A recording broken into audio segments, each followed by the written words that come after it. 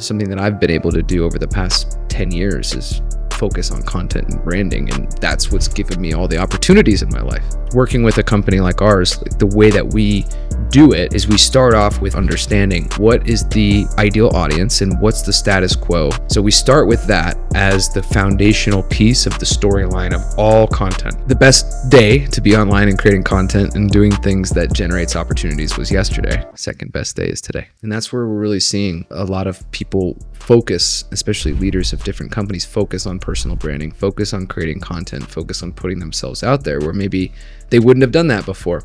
And there's the other side of it where if there's ever anything else that particular executive or founder is going to do in their lives, if they're going to start another business at some point, the thing that travels with people the most is that trust, is that audience. So something that I've been able to do over the past 10 years is focus on content and branding. And that's what's given me all the opportunities in my life.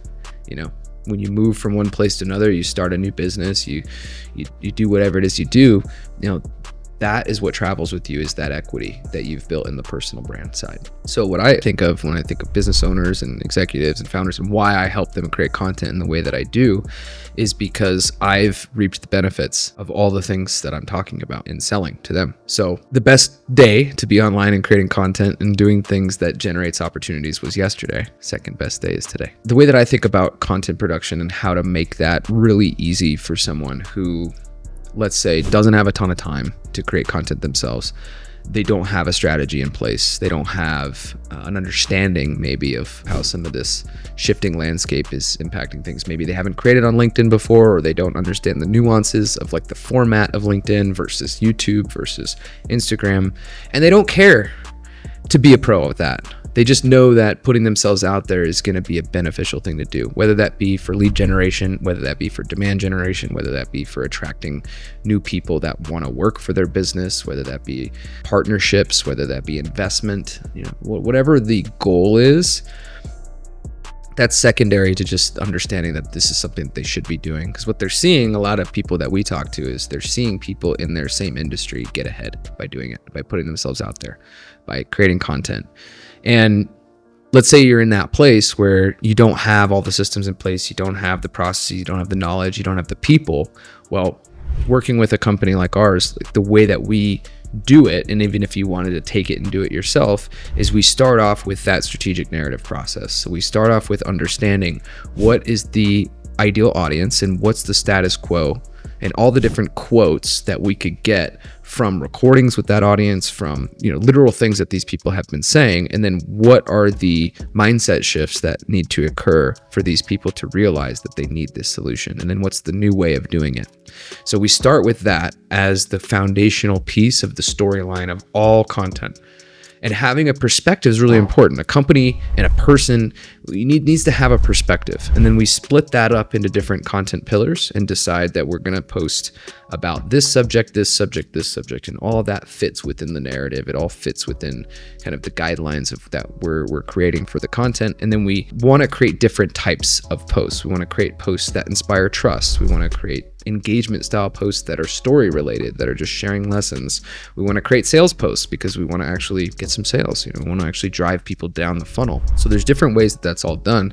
But through that initial process, we're able to get a lot of this strategy ironed out. And then essentially we layer on top of that interviews. And this is, you're seeing this a lot in the industry right now, and I'm doing it right now, right? Is one of the best ways that you can get content is have somebody interview you, because there's a back and forth conversation. There's that feedback loop. There's obviously having someone good to interview, someone who understands the context of what you're trying to do, who can go deeper with the questions to try to get the types of answers that you want. Like, those are all very important things too. And then from that, it's how do we cut this up into multimedia content that will actually drive not only engagement, but drive people towards a decision. Maybe that decision is just to send a message. Maybe that decision is to buy something.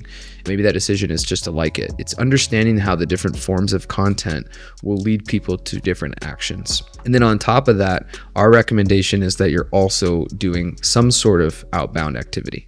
That could be commenting, that could be messaging, that could be engagement, right? And so we layer on that engagement in the way that we do things, typically through connection requests. So making sure that there's an ICP that we're using for connection requests. Anybody who's engaging with content should be getting a connection request if they're within an ideal client profile.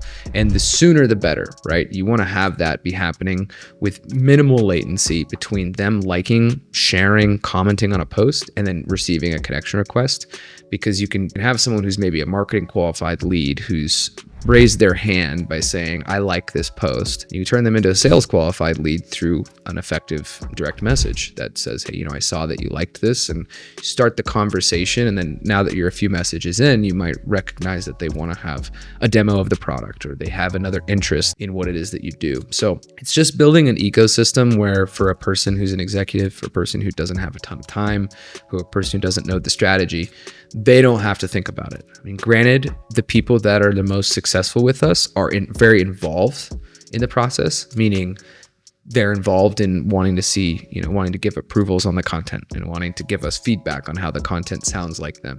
They're involved in the sense that they're responding to the messages, because we're usually sending out the first one, but there's some contextual pieces there where we want them to be able to take it from that first message.